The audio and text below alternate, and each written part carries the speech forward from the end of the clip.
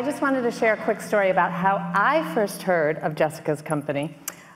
2 years ago, my husband and I became first-time parents, and nothing makes you feel like you know nothing in this world, right, than becoming a first-time parent. Exactly. And the one thing I thought I knew was that I thought I was supposed to be buying Johnson & Johnson baby products. And of course, as soon as our twins were born, everyone, including our doctor, said, "Don't use that stuff. There's tons of chemicals in it." And in a bid for survival, we had hired a baby nurse, a young woman who had worked with tons of families. And we said, "What do we do? We're not supposed to use Johnson & Johnson." And she said, "Everybody I know uses California Baby." All right, Yeah. Smart girl, smart girl. Exactly. So that's how I became a customer. Great. And so my question to you, here's Johnson & Johnson that has been making baby products since World War II, has probably spent millions, if not billions, in advertising. How did you have successfully managed to get some of their market share? How did you do that? Well, I did it not by trying to get any of their market share. I did it by trying to make the very best product that I could, and also communicating to mom, my customer, and through word of mouth. Yeah, it seems like word of mouth is, particularly when we're talking about products for children, baby care, it seems like moms in general want to really be able to trust what they're buying. Is that what you found with your customers? That's correct, and they also, moms will talk to other moms. Yeah. And it's a woman thing in general. We like to share information, and we know this now with social media, right? So we go by recommendations, and that is how, we still don't even do advertising today. It's all word of mouth 20 years later. Wow, that's remarkable.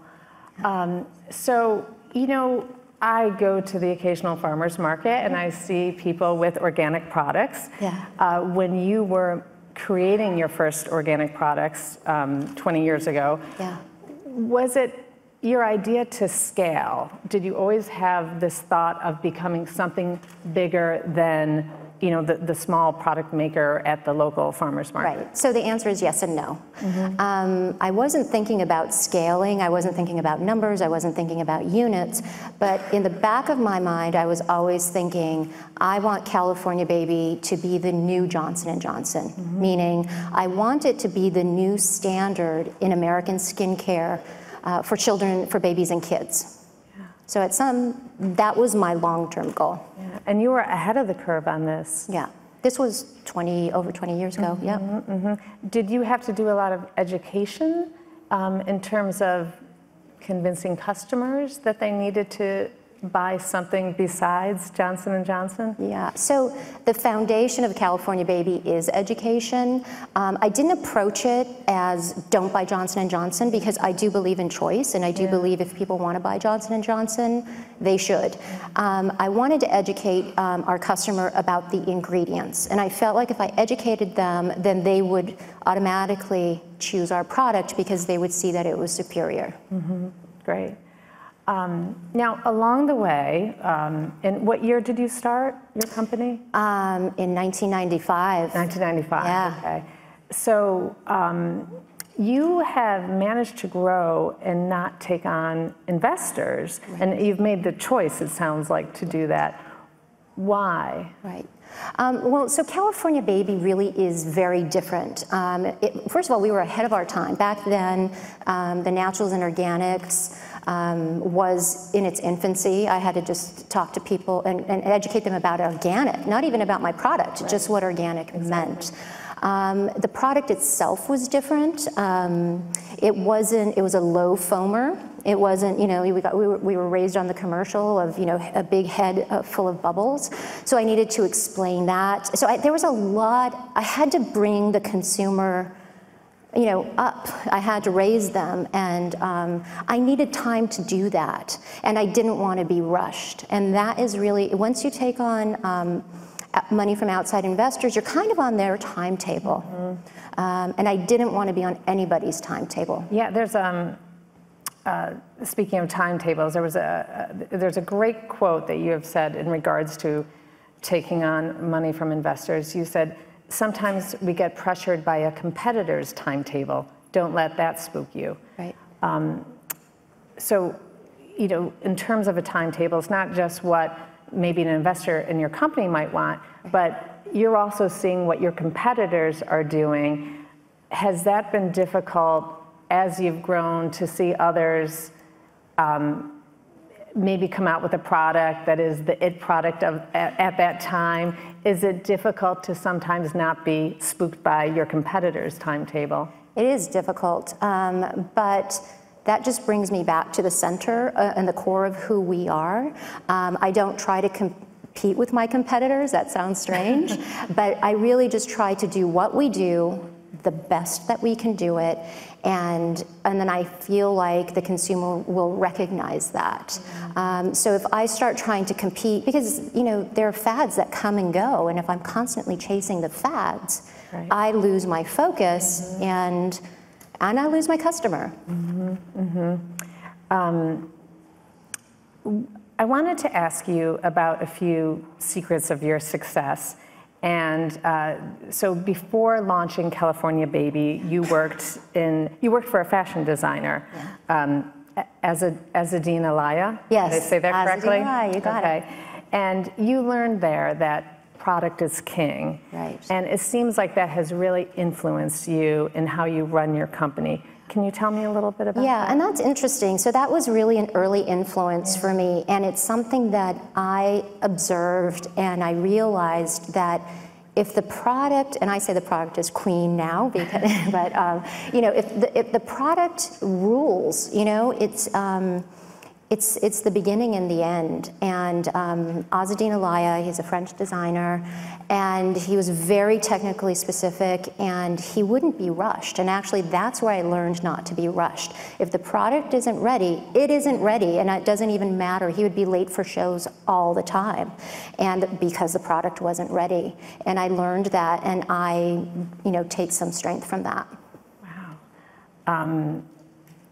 You have a dedication to your product, and you don't like to be rushed. And I think it sounds like you really want to make sure that the quality is there. Yeah. And to that end, I think you've taken a fairly unusual step in that you have your own manufacturing facility. Yeah. And even beyond that, you have your own farm where some of the ingredients you use are grown. Exactly. When did you make the decision to do that? So I made the decision in the very beginning to manufacture my own products because I went out to other manufacturers and asked them to make products for me. And I was unusual because I had my own formulations. Usually with those contract manufacturers, you basically just buy what's off the shelf. Mm-hmm. They weren't interested. I mean, they wanted me to change my product. They wanted me to make it easier. So that was the first time I said, make it yourself. So then you have control, you can up the quality, and it was the same thing with growing our own flowers and herbs. I was contracting with organic farmers. They tend to be small, and they weren't able to supply us, and so I knew we had to do it ourselves. How long was it after your company started that you were in a position where you could do your own manufacturing? It was after like the first 5 years. So that was always a goal of mine. So even though I did ultimately find a small custom manufacturing house who made it to my specifications, and I was basically like his only customer, so I could have really good control over the process. But I always knew that I was going to do it myself. Yeah. And is that something you hear from customers? Do they tell you about quality? Yeah, they do. I mean, what they say is, I love the product, but I actually don't even know why. I know it smells great, I know it works well, and they're just, it's kind of an interesting thing, and I know why. Because I know all the care that we put into it, all the steps that we put into it, and I know what they're saying when they say that. And I love to hear that, actually. I love when somebody says, I love your product. I don't know why, but it touches me, and that makes me feel fantastic. What are some of your most popular products? Well, our very first product is still our most popular product today. So my first product was called Calming Shampoo and Body Wash.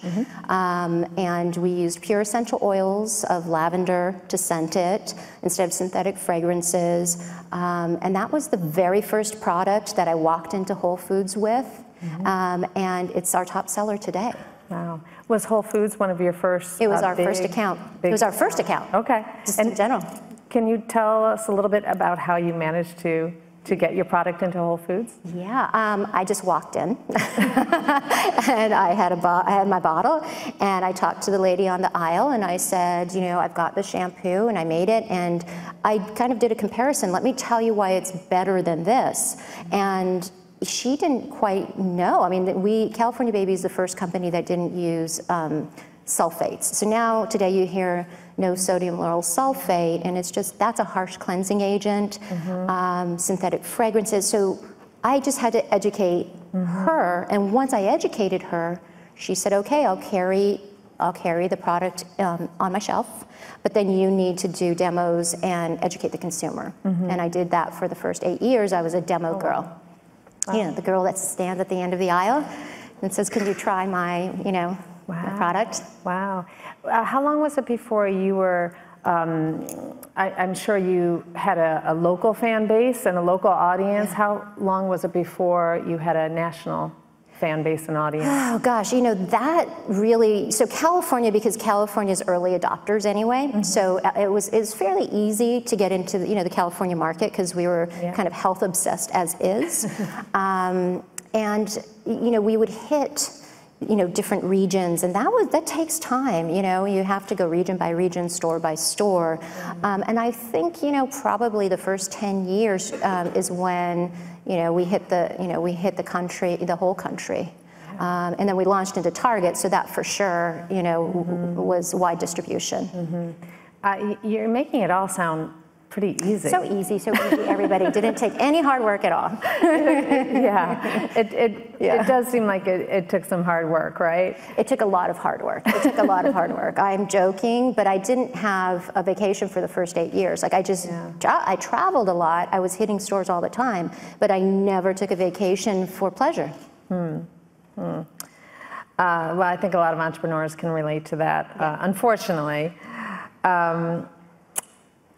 I wanted to ask about some, speaking of hard work, I wanted to get from you some of your tips for growing, in particular, a consumer product company, which I know not everybody has. Right. But this is your area of expertise. Right. So I'd love to hear what some of your tips are. I know you've talked about really listening to your customer, that's something you always do. Right, and I live in a niche space, right? So I'm not, our shampoos sell for like $20. So I'm not selling a $6.99 or $4.99 bottle of shampoo.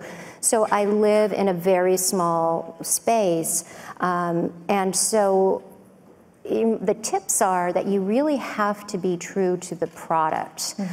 If it's not I think I've said no more than I've said yes to go into certain retail outlets because I didn't think it was the right match. So my tip would be make sure it matches. If, for instance, Target had been wooing us for at least 3 years before we actually went in, and I said no. I was saying no because I just didn't think the Target consumer was ready to buy our product there. The Whole Foods customer, yes, but so I wanted it to match up. So my tip would be make sure that your product matches the retail outlet, not just that you're in that retail outlet. It sounds, I'm seeing a theme here as we're talking about how you really are doing things on your timetable and saying no when you need to. Right. And that can be much harder than saying yes. I see it the opposite. I feel like if I say yes and it doesn't work out well, I'm kind of screwed because you really only have one chance. Target's not going to bring you in again and go, oh, I'm sorry, it didn't work out that time. You get one opportunity. So it needs to be a slam dunk. You got to be ready for it. you got to be ready. You got to go in there with your best sellers. You've got to know that your customer is there and ready to put that bottle in the cart. So yeah, that's an important homework that one needs to do. Yeah. You have also said something along the lines of figure out the magic and then put that into your product. What do you mean by that? Right, and so the magic is going back to when the customer said, I don't know why I love your product. So for me, essential oils, these are plant extracts, that's the big magic. I mean, that's part of it. I put it in a very clean base, so you can smell these essences. But people don't realize, you know, with skincare, we're attracted first by how it smells. What's the first thing you do? You open the bottle and you smell it. Of course. So I use only the highest quality essential oils, and of course there's different levels. We test them for pesticide residue. We make sure that they're the highest quality, so when you open that bottle, you smell it, and that magic starts to happen. That's the first step of the magic, right? Then you use it, and that has to be a beautiful experience as well. So if it's a cream, it has to have a great texture. You put it on your skin. It's just, there are different layers of magic. So at the end, as a consumer, you go, God, that was a great experience, and I love that product. So that's what I work to do when I develop products. I think a little while ago you said that you have not spent money on advertising or marketing, or you just haven't. We don't even have a sales force. How does one grow a company without that? Well, it takes longer, right? You know, so slow and steady is, you know, kind of our motto. But again, I feel like the product has to do the work for me. So if a retailer comes to us, they're ready for the product. But if I go knocking on their door, they may not necessarily be ready for the product, and they may not necessarily give it the support that it needs. So I believe, I have no problem, because it will catch up, right? So I might start slow in the beginning, but if I get it right, then it'll catch up at the end. Are you doing much on social media, or have you over the years done? Yeah, you know, the funny thing is that social media has changed. You know, we've always done kind of social media. We started in the beginning with moms groups in the playgrounds. You know, that's kind of a source of social media. And then now we've got the Facebook and Instagram, and we definitely do. I mean, we want to also show this behind the scenes, because it's rare to be a manufacturer. It's fun to show those big machines working and, you know, how that goes. So yeah, we love social media. Yeah, and a farmer too. And a farmer, yeah, that's very cool. You know, I like it. So, you know, I was joking that you make it, well, you do make it sound easy. I'm sure it hasn't been. But tell me about some of the things that maybe have gone wrong along the way. Have there been mistakes made that you wish, maybe some things that you did that you wish you hadn't done? Well, when I don't trust my instincts, I go down the wrong road. So I've also learned to always trust my instinct, and sometimes, and that's part of the slow going, because it doesn't always bubble up quickly. You know, you don't always know the right answer. So I would just say that if I hadn't followed my instincts, then I make the wrong decision. Yeah. If I could share with the audience something that happened right before we came out here. We were up in the green room, and you said, I'd like to take about 20 minutes now and meditate before coming out here. And, you know, I'm from New York, so I found, maybe that happens. Like, oh, those California people. Listen, I'm used to that. It's like, really? You know, but clearly this is something that works for you, and I'd like to ask you a little bit about, do you meditate on a regular basis? Is that part of what you do to be a successful businesswoman? Yeah, so my business and my life are enmeshed, right? So I don't say, oh, I sell natural skincare products and then eat a Big Mac and a Coke. I live my lifestyle.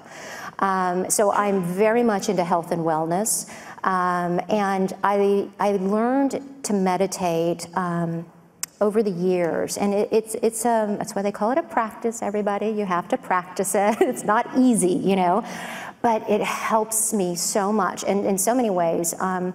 I did it before we came out here today because, you know, this is a great event and it was very buzzy out there and just so much energy. And I needed to kind of just come back into myself so I could, you know, be here for you and be here for the audience. And it was just like 10 minutes, right? Yeah. I mean, you saw me lying there, but, you know, listen, I'm not shy. I was just like, hey, everybody, I'm tuning out. I'm lying on the sofa, and I'm practiced now that I can actually drop into a meditation pretty quickly, and I woke up feeling like I had a nap. Yeah. So I recommend it. It's not easy, but once you get the hang of it, it's really a great tool. And something you do every day. I try to do it every day. If I don't do it every day, I do it at least 3 times a week. Yeah. As an editor at Inc., we do a lot of stories about sort of the personal habits and practices of entrepreneurs, and that is one that comes up frequently. Yeah. The other one is that entrepreneurs tend to be early risers. Yeah, I'm an early riser. Yeah, I'm up by 5, but that means I go to sleep early too. But I get a lot of energy in the morning. I'm not I like to wake up in the day and kind of tackle the day. Yeah, that's great. I was curious if along the way you've had, we mentioned the one designer you had worked for, but I was curious if you had some mentors along the way. So I've never really had a mentor, but I've certainly had people who have helped me along the way.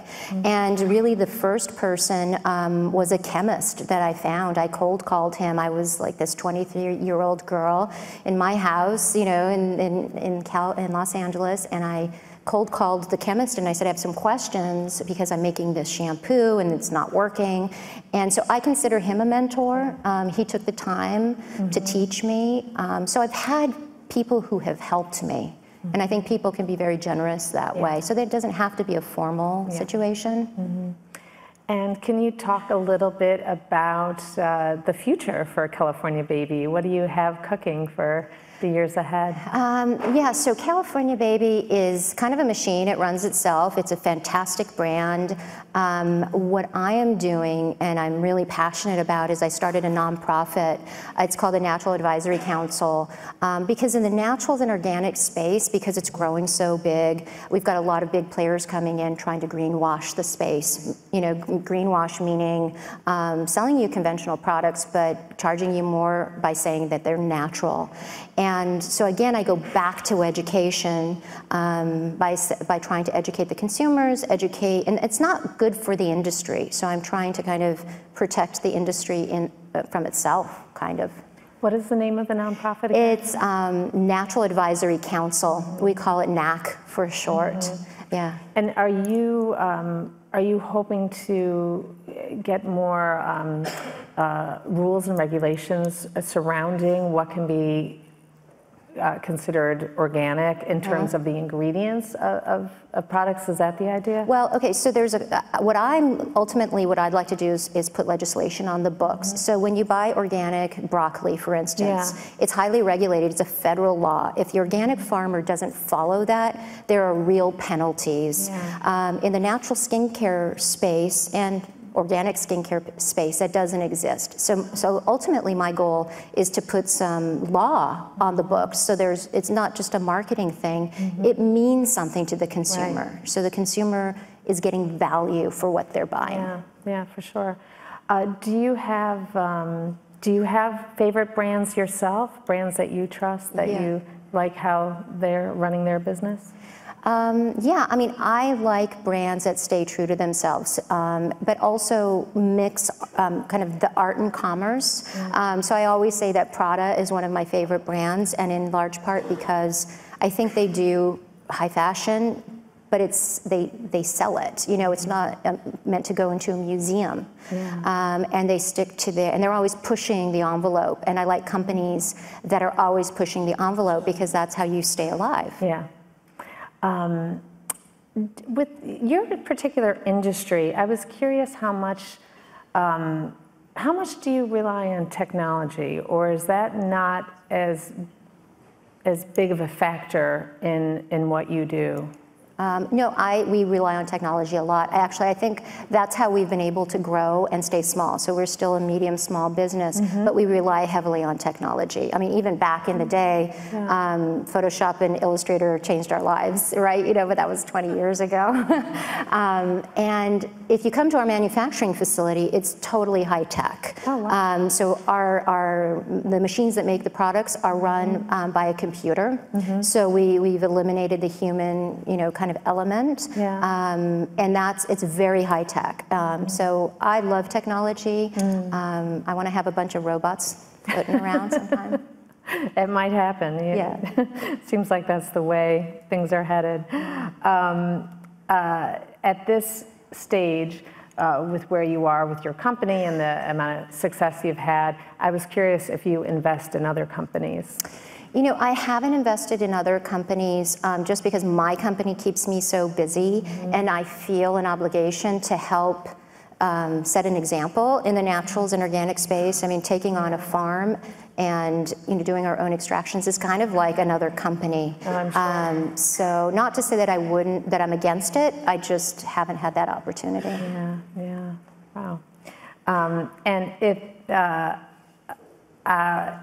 I'm going to steal this question because I heard this during one of the other panels earlier this morning, and I thought it was a good one. If you weren't doing this, what would you be doing? I would be doing this. You know, this is really what I would be doing. This is really all I want to do, you know, and maybe I would start in the reverse. Maybe I'd be the organic farmer that, you know, grows the oils and then puts them into shampoo. Yeah. But I really can't imagine seeing myself doing anything else. Yeah. Then I think I would probably add that to one of your other tips then, in terms of, you know, your tips for starting a company. It sounds to me like you really need the passion to do it. I think you need the passion. You need to love what you're doing, because, you know, some days are really difficult, and if you don't love what you're doing, it just makes it that much harder. You know, when my days are hard, I still love what I'm doing, so it gets me going and pushing forward. I couldn't imagine doing something that I didn't love and then have to get up in the morning and do that again. It's no fun. Yeah, well, that's the best part of entrepreneurship. I think, is doing what you That's love. the key to it, Yeah. So I think we are just about out of time. And it's been a great conversation. Yes, thank you so much. We weren't able to take any questions from Twitter, but Jessica very kindly has said she will make herself available. We're going to be going to a break, and then you will be out in the lobby at some point. So thank you so much, Jessica. Thank you. I really appreciate enjoyed it. speaking with you, and we'll same throw here. it back to Tyler. Okay. Hey there, thanks for checking out CNBC on YouTube. Be sure to subscribe to stay up to date on all of the day's biggest stories. You can also click on any of the videos around me to watch the latest from CNBC. Thanks for watching.